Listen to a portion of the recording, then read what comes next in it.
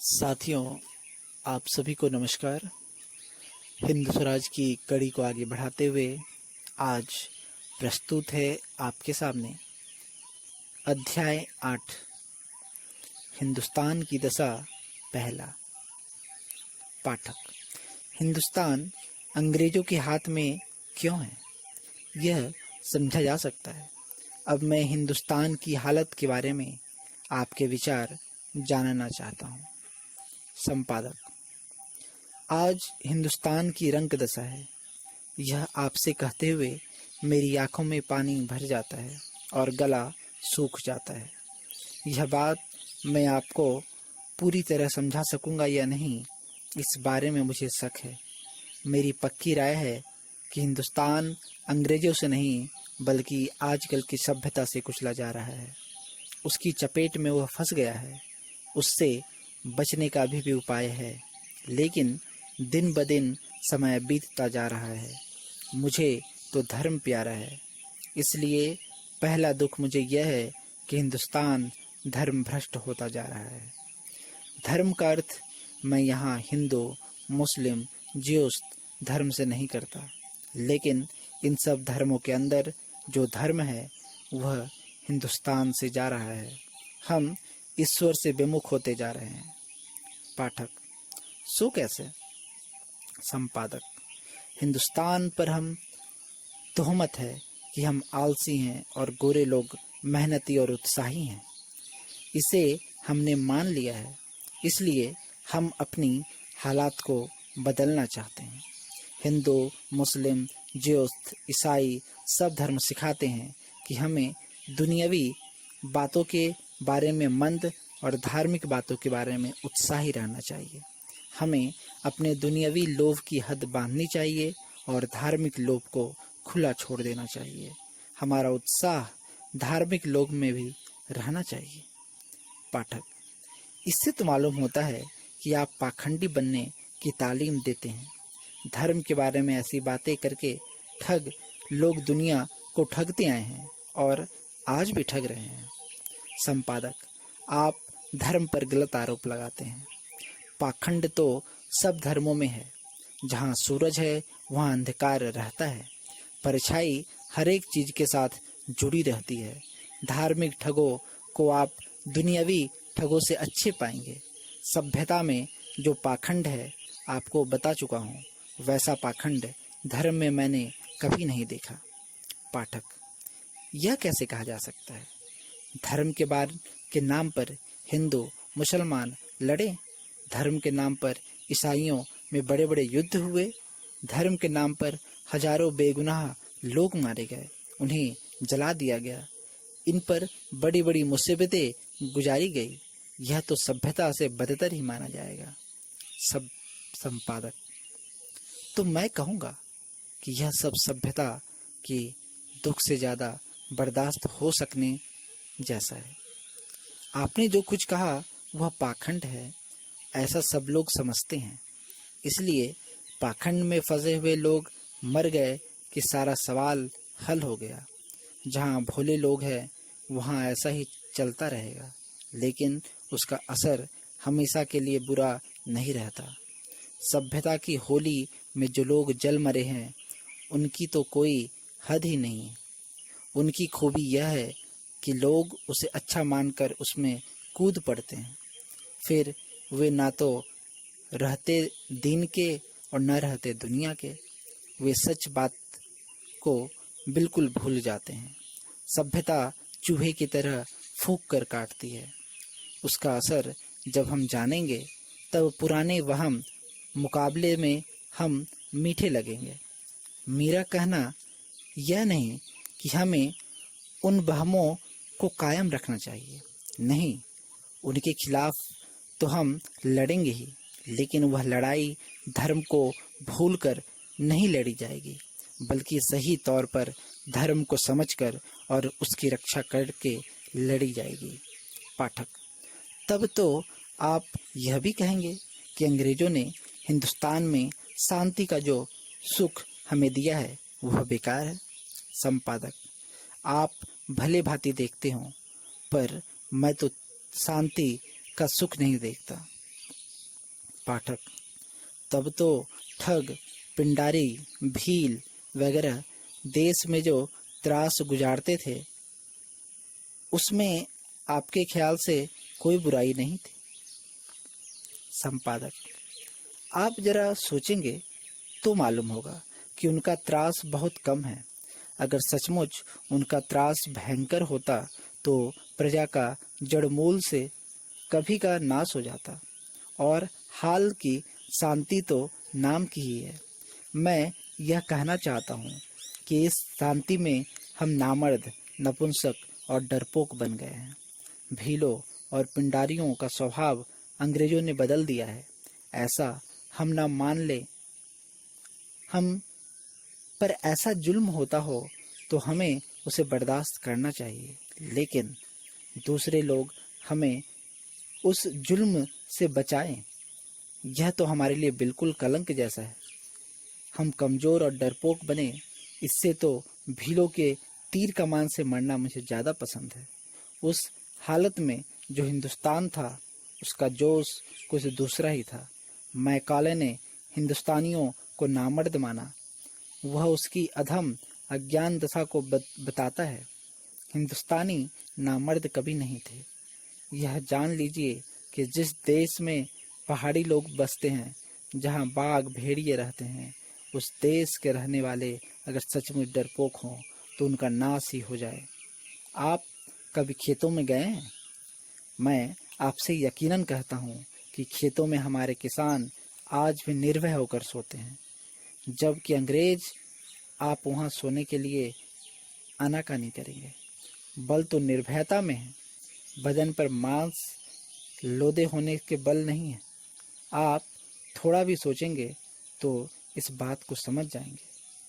और आपको जो स्वराज चाहने वाले हैं, मैं सावधान करता हूँ कि भील, पिंडारी और ठग ये सब हमारे ही देसी भाई हैं।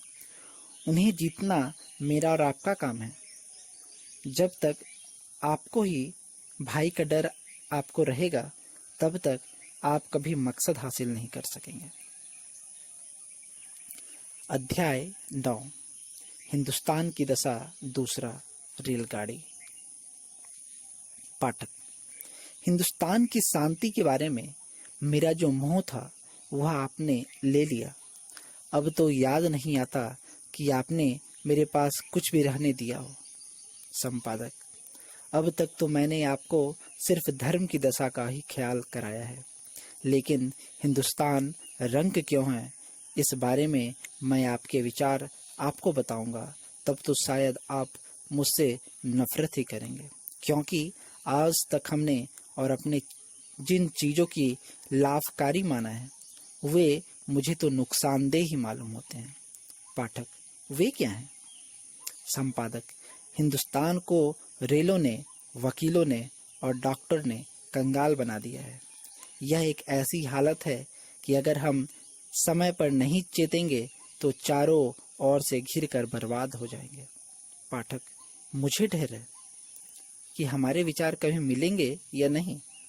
आपने तो जो कुछ अच्छा देखने में आया है और अच्छा माना गया है, उसी पर धावा बोल दिया। अब बाकी क्या रहा?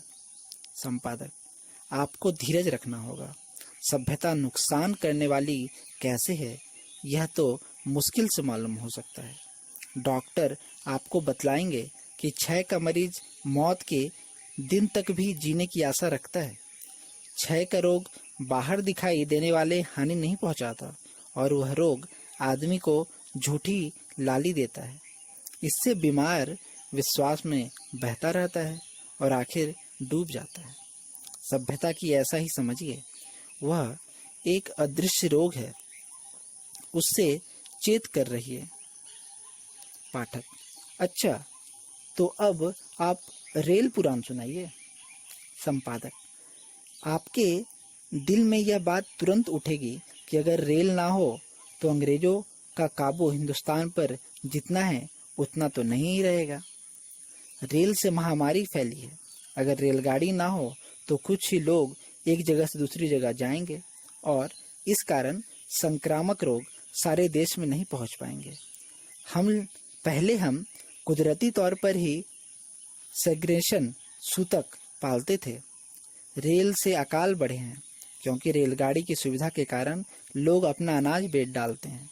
जहाँ महंगाई हो वहाँ अनाज खिंच जाता है, लोग लापरवाह बनते हैं और उससे अकाल का दुख बढ़ता है। रेल से दुष्टता बढ़ती है, बुरे लोग अपनी बुराई तेजी से फैला सकते हैं। हिंदुस्तान में जो पवित्र स्थान थे वे अपवित्र बन गए हैं। पहले लोग बड़ी मुसीबत से वहाँ जाते थे। ऐसे लोग वहाँ सच्ची भावना से ईश्वर को भजने जाते थे। अब तो ठगी की टोली सिर्फ ठगने के लिए वहाँ जाती है। पाठक, यह तो आपने एक तरफा बात कही। जैसे खराब लोग वहाँ जा सकते हैं, वैसे अच्छे भी तो जा सकते हैं।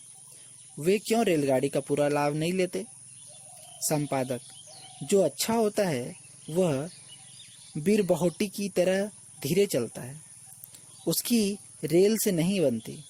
अच्छा करने वाले के मन में स्वार्थ नहीं रहता, वह जल्दी नहीं करेगा।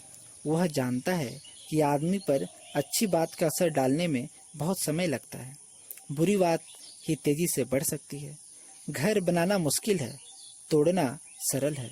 इसलिए रेलगाड़ी हमेशा दुष्टता ही फैलाएगी। यह बराबर समझ लेना चाहिए। उससे अकाल फैलेगा या नहीं, इस बारे में कोई शास्त्रकार मेरे मन में घड़ी भर शंका पैदा कर सकता है, लेकिन रेलवे दुष्टता बढ़ती है, यह बात जो मेरे मन में जम गई है वह मिटने वाली नहीं है। पाठक, लेकिन रेल का सबसे बड़ा लाभ दूसरे सब नुकसानों से भुला देता है। रेल है तो आज हिंदुस्तान एक राष्ट्र का जोश देखने में आता है। इसलिए मैं तो कहूँगा कि रेल के आने से कोई नुकसान नहीं हुआ। संपादक, यह आपकी भूल है। आपको अंग्रेजों ने सिखाया है कि आप एक राष्ट्र नहीं थे और एक राष्ट्र बनने में आपको सैकड़ों बरस लगेंगे। यह बात बिल्कुल बेबुनियाद है। जब अंग्रेज हिंदुस्तान में नहीं थे तब हम एक राष्ट्र थे, हमारे विचार एक थे, हमारा रहन सहन एक था। तभी तो अंग्रेजों ने यहाँ एक राज्य कायम किया। भेद तो हमारे बीच बाद में उन्होंने पैदा किया। पाठक, यह बात मुझे ज़्यादा समझने होगी। पाठक, संपादक, मैं जो कहता हूँ वह बिना सोचे समझे नहीं कहता। एक राष्ट्र का यह अर्थ नहीं है कि हमारे बीच कोई मतभेद नहीं था, लेकिन हमारे मुख्य लोग पैदल या बैलगाड़ियों में हिंदुस्तान का सफ़र करते थे। वे एक दूसरे की भाषा सीखते थे और उनके बीच कोई अंतर नहीं था। जिन दूरदर्शी पुरुषों ने सेतुबंध रामेश्वर, जगन्नाथपुरी, हरिद्वार यात्रा ठहराई, उनका आपकी राय में क्या ख्याल होगा? वे मूर्ख नहीं थे, यह तो आप कबूल करेंगे। वे जानते थे कि ईश्वर भजन घर बैठे भी होता है। उन्होंने हमें यह सिखाया है कि मन चंगा तो कटौती में गंगा। लेकिन उन्होंने सोचा कि कुदरत ने हिंदुस्तान को एक देश बनाया है, इसलिए वह एक राष्ट्र होना चाहिए। इसलिए उन्होंने अलग अलग स्थान तय करके लोगों को एक तरफा विचार इस तरह दिया जैसा दुनिया में कहीं नहीं दिया गया। दो अंग्रेज जितने एक नहीं हैं, उतने हम हिंदुस्तानी एक थे और एक हैं। सिर्फ हम और आप जो खुद को सभ्य मानते हैं, उन्हीं के मन में ऐसा आभास भ्रम पैदा हुआ है कि हिंदुस्तान में एक अलग राष्ट्र है। रेल के कारण हम अपने को अलग राष्ट्र मानने लगे हैं। रेल के कारण एक राष्ट्र का ख्याल फिर से हमारे मन में आने लगा है। ऐसा आप माने तो मुझे हर्ज नहीं है। अफीमची कह सकता है कि अफीम के नुकसान का पता मुझे अफीम से चला, इसलिए अफीम अच्छी चीज़ है। यह सब आप अच्छी तरह सोचिए। अभी आपके मन में और भी शंकाएं उठेगी, लेकिन आप खुद उन सब के हल कर सकेंगे। पाठक, आपने जो कुछ कहा उस पर मैं सोचूंगा, लेकिन एक सवाल मेरे मन में इसी समय उठता है कि मुसलमान हिंदुस्तान में आए उससे पहले के हिंदुस्तान की बात आपने की, लेकिन अब तो मुसलमानों, पारसियों, ईसाइयों की हिंदुस्तान में एक बड़ी संख्या है। वे एक राष्ट्र नहीं हो सकते। कहा जाता है कि हिंदू मुसलमान में कट्टर बैर है। हमारी कहावतें भी ऐसी है कि मियाँ और महादेव की नहीं बनेगी। हिंदू पूर्व में ईश्वर को पूजता है तो मुस्लिम पश्चिम में पूजता है। मुसलमान हिंदू को बुत परस्त, मूर्ति पूजक मानकर उससे नफरत करता है। हिंदू मूर्ति पूजक है, मुसलमान मूर्ति को तोड़ने वाला है। हिंदू गाय को पूजता है, मुसलमान उसे मारता है। हिंदू अहिंसक है, मुसलमान हिंसक है। यों पग पग पर जो विरोध है वह कैसे मिटे और हिंदुस्तान एक कैसे हो। साथियों, अध्याय 8 और 9 आज यहीं पर समाप्त होता है। आगे यह कड़ी चलेगी जब तक पूरा यह पुस्तक का खंड समाप्त ना हो जाए। आशा करता हूँ कि यह 2 अध्याय का अर्थ व इसका भाव उसी सरल व स्पष्ट भाषा में मैं आपको समझा पाया हूँ। कोई भी विचार या अपनी राय या हमसे जुड़ने के लिए हमारे इस YouTube पर आप अपना कमेंट दे सकते हैं। इस चैनल को सब्सक्राइब भी कर सकते हैं और व्यक्तिगत रूप से भी मेरे नंबर से आप जुड़ सकते हैं। आज के लिए इतना ही। इसी आशा और विश्वास के साथ आपका क्रांति गुरु।